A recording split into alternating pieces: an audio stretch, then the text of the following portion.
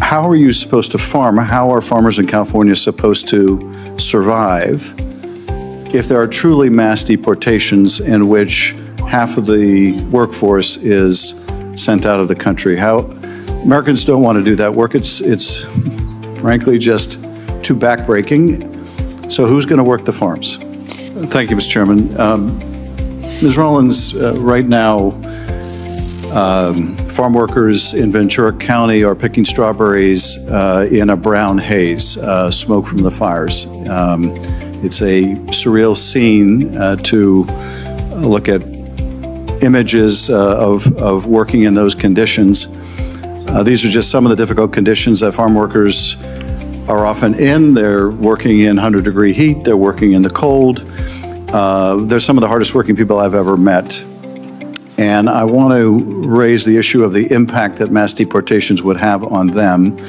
First and foremost, on people who are working so hard to put food on our table, and just the, to me, grave injustice of deporting people who are doing such vital work to feed us. There's also the impact on their families. Many of them have children who are U.S. citizens and will be U.S. citizens. And so it would have the effect of splitting up their families. Even if we set that aside, which we shouldn't, it's estimated that perhaps half of California's farm workforce is undocumented. So my question is, how are you supposed to farm? How are farmers in California supposed to survive if there are truly mass deportations in which half of the workforce is sent out of the country? How Americans don't want to do that work. It's frankly just too backbreaking. So who's going to work the farms? Senator, I know we talked about this in your office and had a productive, perhaps agreed to disagree, but still productive conversation, and I so appreciate that. We've talked about this within this committee in the last 3 or 4 hours as well. President Trump ran and was overwhelmingly elected on the priority of border security and mass deportation. He and his team are, I'm assuming, currently putting in place the plans to begin that process. Of course, first with those who have committed criminal offenses once they have been here.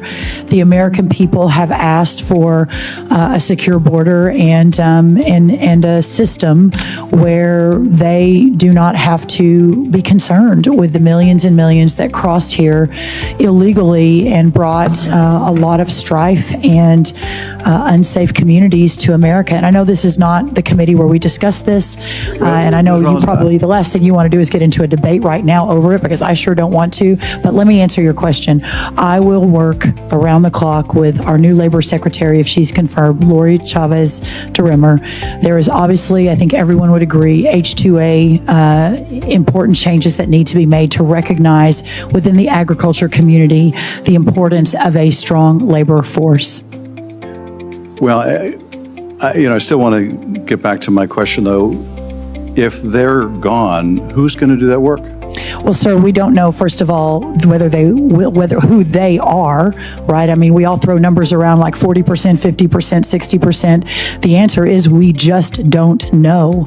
And as these processes and programs are being implemented under this new administration with the full support of the majority of Americans, I think that we, as the leaders in agriculture, myself as the leader at USDA, you on this committee, along with others on the committee, that we will work together to understand and hopefully solve for some of these problems. The dairy cattle have to be milked, but if we've got a mass deportation program underway, then there's a lot of work that we need to do through the Labor Department with Lori Chavez DeRimmer, who's also an ag person, and working with Congress to solve for a lot of this through our current programs, our current labor programs that are already on the books. Well, let me ask one other related question on this topic, and that is, if we deport a large percentage of our farm workforce, farm labor is going to be scarce.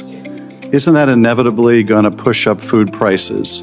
And if so, isn't that in sharp contrast with what the president said he wanted to do to bring down egg prices and food prices and everything else?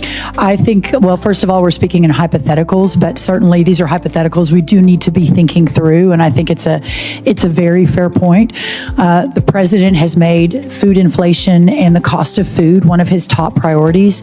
I have worked alongside him. I have been part of his team for many years now. I believe in his vision and his commitment to America and to his promises, and in so doing, I believe that we will be able to find in our toolkit what we need to do to solve for any hypothetical issues that end up turning out to be real moving forward over the coming months and years. Well, thank you, Mr. Chairman. I would just say that I hope they're hypothetical. I do too. I fear they may be all too real. Mr. Chairman, Thank you, sir. I yield back.